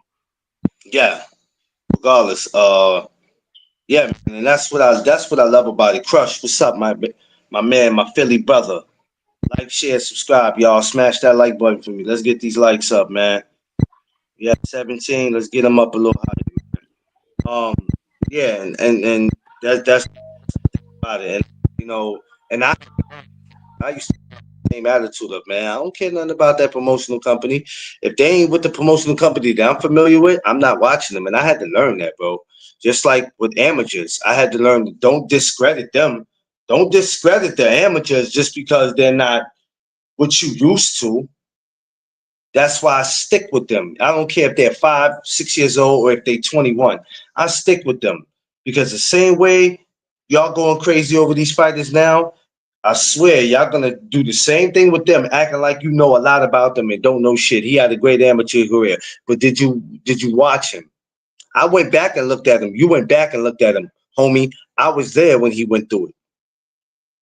I came up with him. You know what I'm saying? It's like that's why y'all gotta get to know some of these fighters early in their career. The Keith Malones and the Abdullah Masons and the Emilio Vargas and some of these other young guys that just now starting their pro debut. The Moultons and stuff like that. Get to know them now because when they get up there, you're like, okay, what skill set does he have? Do you think he can win this fight? Oh, I gotta go back and watch a couple of fights. Why you gotta go back and watch a couple of fights? I thought you watched box. I thought you follow boxing. You should know the skill set that he has. You should know what he does well. Now I can see if you say, hey, I gotta see how he does against this type of fighter. That's different. If you want to say I gotta see how he does against this type of fighter, that's different. But if you say I gotta go watch some film on him, I don't really know too much about him. Why not? Yeah. Like I said, man, you don't have to take my word for it. That's why I stick with these amateurs and these young prospects. You ain't got to take my word for it, but y'all gonna stick to what you know. That's what y'all do. Y'all comfortable with that, and in the same breath, want to argue with somebody, it's not gonna work, gentlemen. It's just, but y'all are. Hey, listen, y'all will find that out the hard way. I was trying to wait for Storm. I'm gonna wait for Stormy because I'm gonna give it to 7:15 when he come back in. I'm back. I'm back. Okay. So this is my favorite part of the segment, Stormy B. I have something where I called "What If." Okay, give me a second, Crush. I got you right now. Um, all right. So we're gonna do this segment called "What If," Stormy. Freeze familiar with this. We did this more than one time. What if Floyd, and let's say both of them at 25 right now, and they're in 47. They both 25 years old. They're young and fresh. At 47, what do you think they do right now in their career? Where would they be ranked, and who would you think that you would like to see them with at 47 right now? Well, they would definitely be in the top one, 1 through 3 of today at 147. Uh, one of them would be even champion, and that would be basically contingent on who got the opportunity first. Or they'll probably both be champions because of all the belts. I forget about that. All the belts that are around. So it'll be about trying to see if they can get them to come together for unification. But yeah, that's the way I see that. And who would be their nemesis? Um, the usual suspects. I think Canelo. There would be talk about that. Um, Ennis is around now presently, so they'll probably be talking about him as well. And they'll be trying to get one of those belts off of the likes of Mario Barrios and stuff like that. So, it's kind of like the same old song. Yeah. Because people get into it about people are still dragging the whole Crawford and Ennis, and I'm like, ladies and gentlemen, get over it. You know what I'm saying? You're gonna drive yourself crazy because the big argument is about who's ducking, who's this and that. I'm like, listen, at this point, it doesn't even matter anymore. You guys are gonna give yourself a migraine trying to, put the pieces of the puzzle together. Um, it's crazy because I'm thinking before we even would have saw that, would there have been a chance we could have got a Floyd in the boots in his prime? I don't know if that's something that Crawford would have been willing to do if he was a 25-year-old man. But it's just something that we like to do. That's a segment that we like to do. We call it What If because it makes it kind of interesting because I like to get people's point of view of what they would think that if you take guys from the past and put them in there now and see what they would do. Crush, it's something that you're not doing because it's not letting you on. You got to do whatever you did earlier, brother. Yeah. Yeah, that's I like, we like to do that from time to time, me and Free. It just makes sense. Kind of makes it interesting because we don't really see too many people doing it. So that's why we pretty much like to come together and do that. Stormy, Not that it will happen, but I always like to ask this too. Um, who would you like to see this year? Not that we'll probably get it, but if there's one particular fight that it makes you sit on the edge of your seat, who would that be? Wow.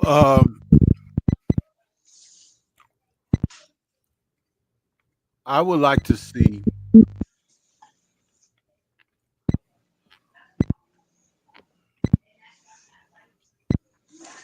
I would like to see maybe the likes of at heavyweight. I want to see Bacoli and Zili Zhang. I Oh, want to see that at heavyweight. Um, at middleweight,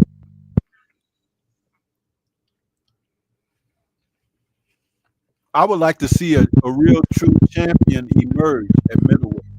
Um, Adamis is there, Janabek is there, but something is telling me to keep my eye on this kid Hamza Shiraz, man. yeah, I can see him sliding in because he's tall, he's long, and he's kind of like Tommy Hearns. He's got that skinny man power, you know, yeah, and his fight and victory over Ammo Williams did a lot for his confidence. yeah. So I would like to see him in a championship fight.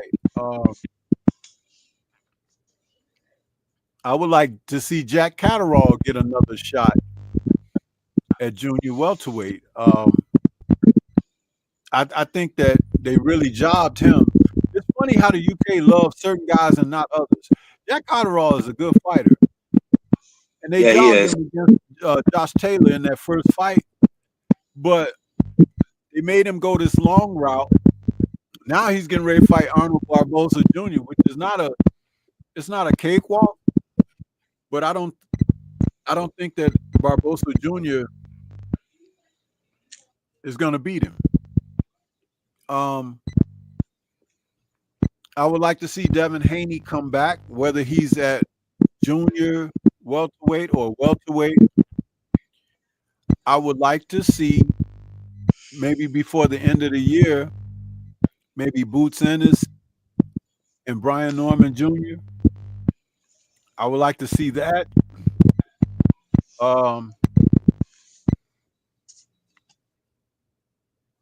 I would like to see Bam Rodriguez against anybody because that dude is good. You know, I'm excited for the sport of boxing. Really, it's like, and with the addition of what Saudi Riyadh season events have brought to the table, a lot of things are more manageable now. And what this has also done, I don't know how much you guys have talked about this. The Riyadh season events have made promoters outside of that step their matchups up, you know, because they now are in a position where they got to make better fights, you know. So all of that is a part of everything that what we're talking about. But I don't know that there's just one single fight that I would like to see. And I kind of gave off a list of, you know, those things, but I'm just loving boxing right now. And I think that we're in the midst of a transition where, you know, all the ducking that people been doing and everything, those guys are going to get pushed to the side. And guys who are willing and ready to step up to challenge themselves are coming to the forefront. And people are going to be able to see the separation. Mark my words on that. I was telling D3 when you stepped away how Turkey's a blessing, but then a curse at the same time because you got guys who will accept challenges, right? Not because they think they can win, but because of the bag. When we saw what happened to Jared Anderson, I said, shit. I hated to see the kid, you know, go out like that, and not to say like go out like, oh, he's retired and you know he can come back right now. He's relaxing with his beautiful family, but I hate to have seen that. And thank God he wasn't badly hurt where he had because you know the guy could have really hurt him bad. He could have left there in the stretcher. He could have left brain damage. I mean, it could have been all wrong. And I think for that bag, he was like, shit, I'll take it. But it just went all wrong for him. And we don't want guys getting too comfortable where they start taking these fights, not because they think they can win. It's because, hey, I need that money. So shit, it doesn't matter if I go over there and perform my best or not. I'm walking away with one of the biggest bags that I couldn't even get in America. Do you think that's possible that, you know, these fighters might have that on their mind? Because it seemed like they have no problem with going over there. I mean, you got fighters that say, I don't even like flying, but I'll go over there for that, for the 2-3 million. Yeah, I'll go over there for that because I can't get that here. Well, look at it like this. When you're fighting for the wrong reasons, you're going to end up with the wrong results. So you can go and chase a bag if you want to, but you might end up in somebody's bag. And if you ain't good enough to handle yourself properly, you can end up in a body bag. How about that? Yeah, it works like that. See, a man has to have priority in his life. The money is always going to be there, but are you willing to work for it? If you're thinking that someone is just going to give you a bag to show up, yeah, you could take that, but there's something that's going to come along with that. Principles, man. Principles mean something. Yeah, because when I heard Wilder, see, I never knew how much Turkey was paying. I just looked at it like, okay, let me see where this is going. When I heard Wilder say, I'm getting my, you know, a lot of us is getting, you know, the biggest bag, and we've never made, like the way he was putting it, I might be saying it wrong, but how he was saying it, it made me think like, okay, what the hell is this Turkey guy giving them? Because it's like after that, everybody's like, yeah, I got no problem. For a guy who doesn't like to fly, I have no problem going out there and getting his bag. And when he was trying to make the Tank and Shakur, and Tank is like, I need 2 Ferraris. I'm like, shit, man. Wait a minute, Tank, what are you doing? What do you mean 2 Ferraris? But is it really important to know what these guys make? No. Or is it more important to know that the fights are being made? It's more important for me to make the fight. That's why Stormy, you'll never hear me say I'm never a guy I'm in the guy's pockets, because I'm not getting nothing that he's making. Whatever he's doing at the gate or whatever pay-per-views, to me, in my honest opinion, that never matters to me because I'm not getting any of that. I mean, I want these guys to be able to make their money for the simple fact is when you all said and done, there's no pension.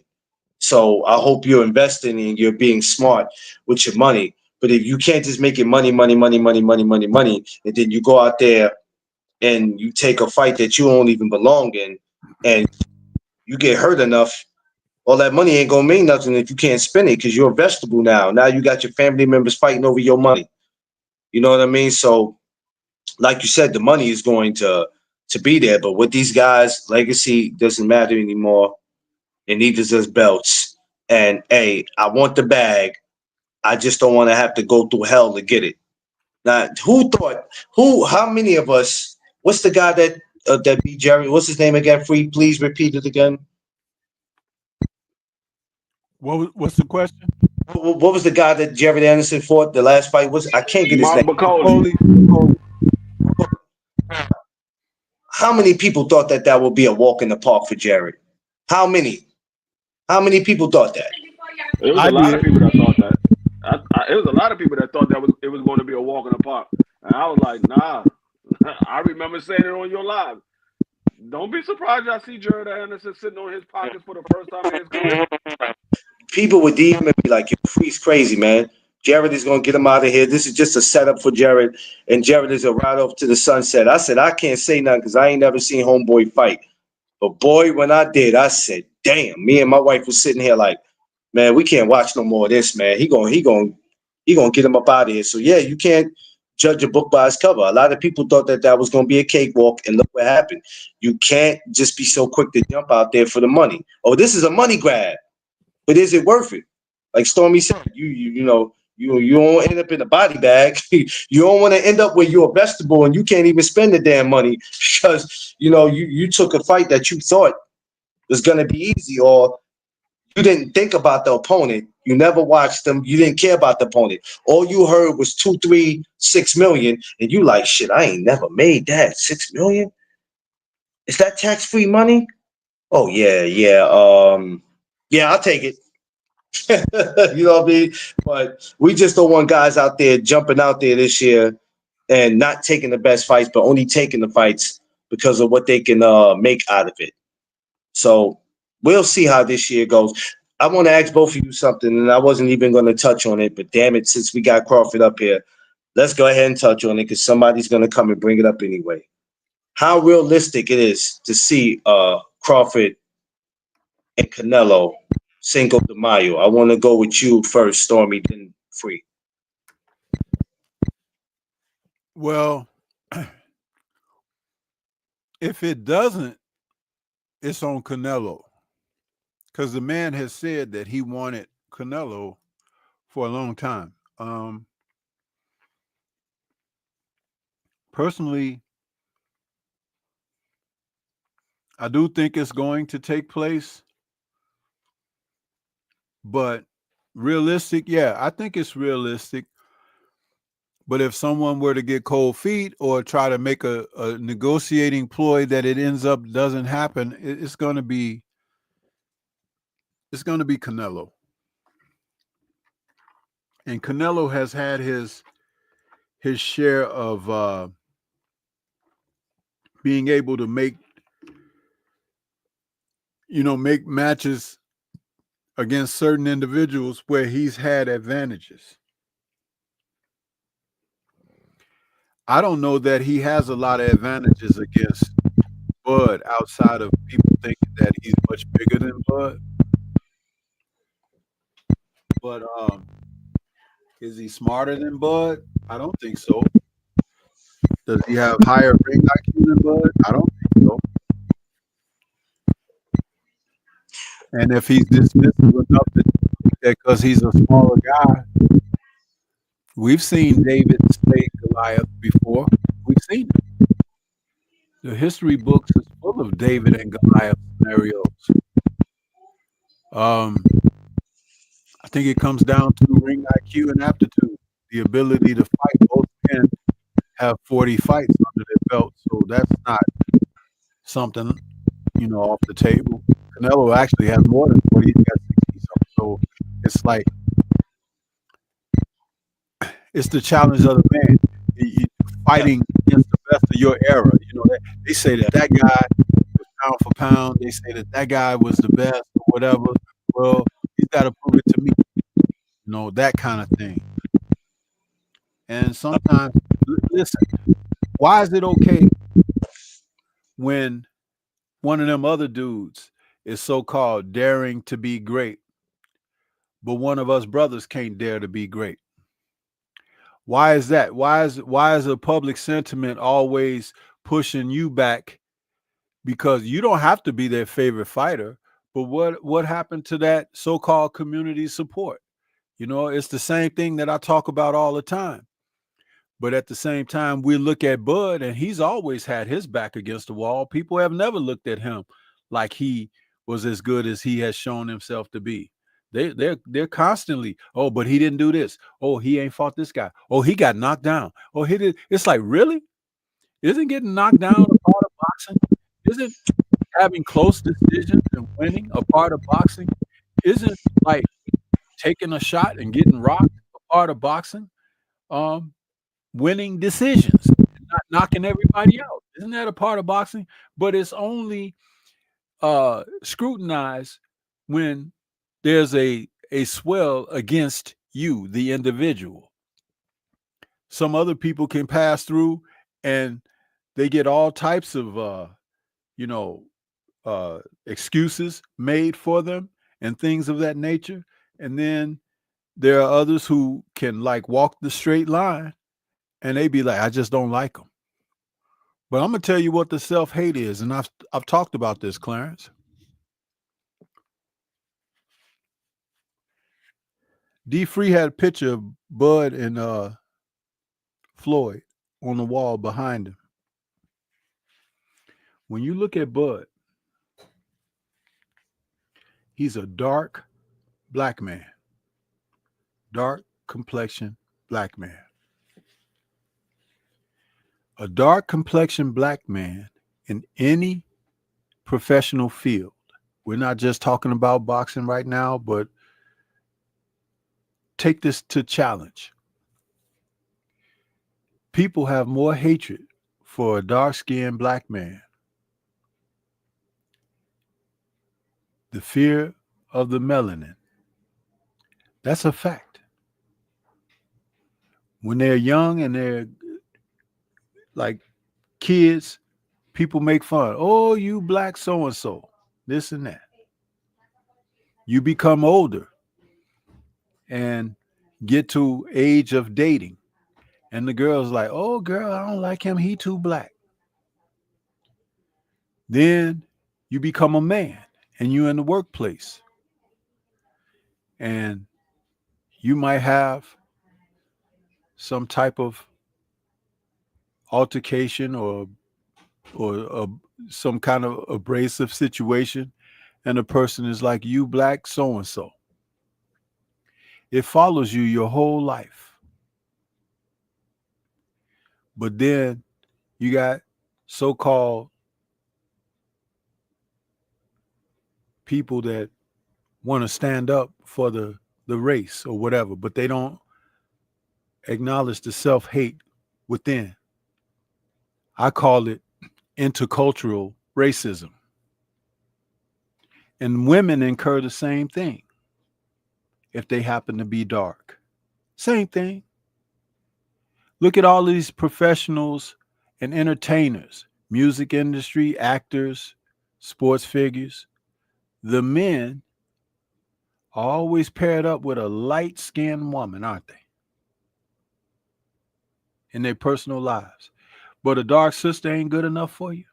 And I'm not saying that you don't love who you love or fall in love with you love, but you can't tell me that it's not something that people go through, experience, and they have a self-hate situation about it. And when you are talking about this sport, it's all over. People liked AJ over Deontay Wilder. It's no coincidence that AJ's complexion is lighter than Deontay's. But they were two good heavyweights that could have fought one another and become undisputed between them.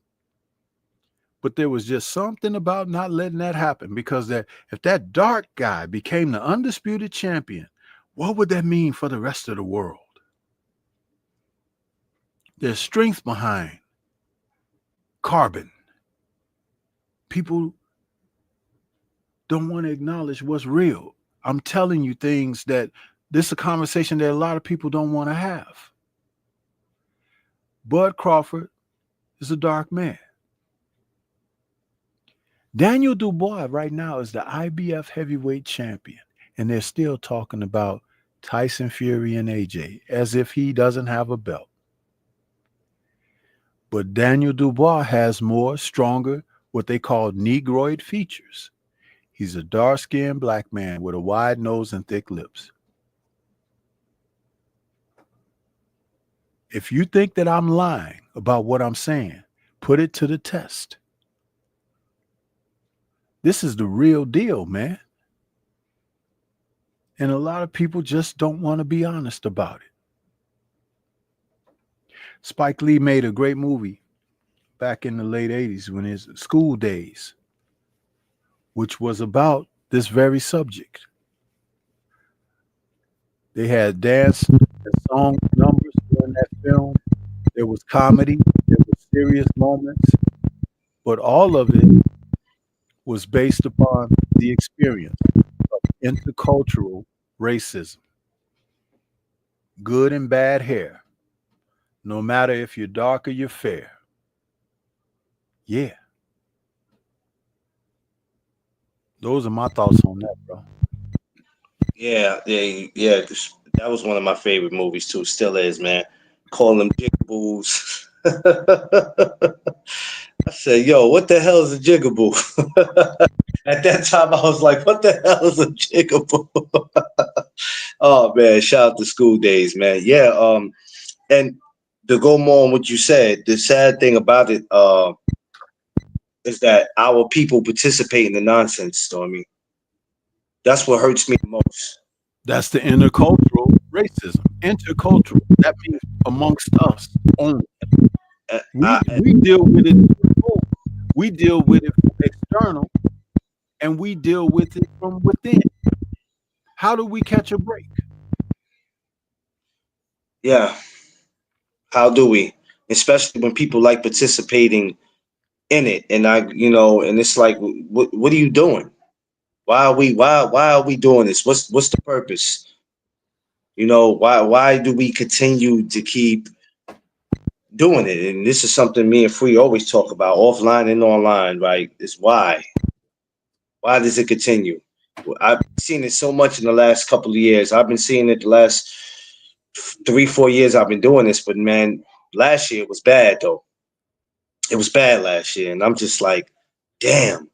When I look back at it, and I just go, man, it's like every time you turn around, we just kept putting our foot on each other's necks, and it was something, Stormy, that I never wanted to take it personal, but it just always made me feel some kind of way to see us do that to each other, but not just to see us do that to each other, but for people to actually be okay with it. It don't Mhm. bother me. Don't lose no sleep at night. I don't care about him. He ain't no brother of Yeah. mine. She ain't no sister of mine. She ain't in my family. I don't give a damn about her. I'll talk about a nappy head. I'll talk about an ugly mama. I'll do whatever I want to do. And I'm just like, yo, when do we say there's a time to joke, but everything is not a joke? Yeah. And until we learn that, it's something that is never going to stop. And we can never teach the generation coming up that everything is not funny. They'll never learn if we don't talk to them about it. They're just gonna say, "Hey, Daddy laughed at it. Mommy made fun of it, so it must be funny." And it's hard to tell them, well, you can't laugh at everything that I laugh at, because sometimes it's like they're gonna do or say what they hear you do or say. That's just the world we always lived in. But you know, hopefully one day, man, one day it'll stop. Maybe it don't. But we all know our place. And as long as we know our place, and we treat our brothers and our sisters with kindness, and we know what to laugh at and what not to laugh at, we'll be all right. Listen, gentlemen, before I end up in a body bag, don't want my wife to kill me. But I appreciate y'all brothers coming up here, and I think we should all do this, especially with us three. I like it. I've never, honestly, I'm gonna be honest with you. Y'all got me a lot of looks in here today, man. I appreciate y'all guys. Appreciate you, good brothers, man. I'm famous as officially today, so thank y'all. Appreciate y'all, brothers, man. Love y'all, man. And let's definitely do this again. I'll be on tomorrow morning, and I can't think of who I'm gonna talk about. Who did I say I was talking about tomorrow morning? Free? Uh, who did we say? McCollum? I forgot. The one that Jared said, I'll talk about him tomorrow morning. We'll do that. Oh yeah, you We'll, said Mark McCauley. You said Mark McCauley. Salutes. All right, don't worry about it, Crush. I'll find out what happened. I got you tomorrow morning, Crush. You come tomorrow morning. I promise you, I got you. Stormy, I appreciate you so much, man. I got to sit back and learn a lot because, like I said, no matter how long I've been doing this, you don't know everything, and I think sometimes from one content creator to another, there's nothing wrong with sitting back. You don't know everything. I think that's the problem. Everybody wants to act like they know everything, and it's nothing wrong with sitting back and listening and getting some knowledge. And if more of our brothers do that, coming on here and crashing out towards each other, we'll be all right. There's nothing wrong with listening um, to your spirit. Nothing wrong with Well, it, man. I appreciate you having me on, man. And anytime I can talk to sport with guys, I love to do so because Yeah. it's a deep rooted passion for me. You know what I mean? So, and I'm very genuine when I talk boxing. So it's never and like I said, I can speak certain things. Sometimes it can even come across hard, but it's not that. It's just that, you know, I man up when I'm talking about this sport of boxing, and we've Yeah. seen a lot of it become a soft zone, so to speak, Stop, girl. of something that has warriors participate, and warriors are to be respected. You know what I mean? So that's all it is for me. But thank you for having me, brother. Thank you. Listen, thank you guys for taking the time. I'm going off tomorrow morning at 6 a.m. Okay, I got you, Crush. I'll be on at 8. Thank y'all so much, gentlemen. Let me get up out of here, man. Go spend time with the wife. Y'all have a blessed night, man. Appreciate you, brothers. All right, peace to you, bro. Y'all.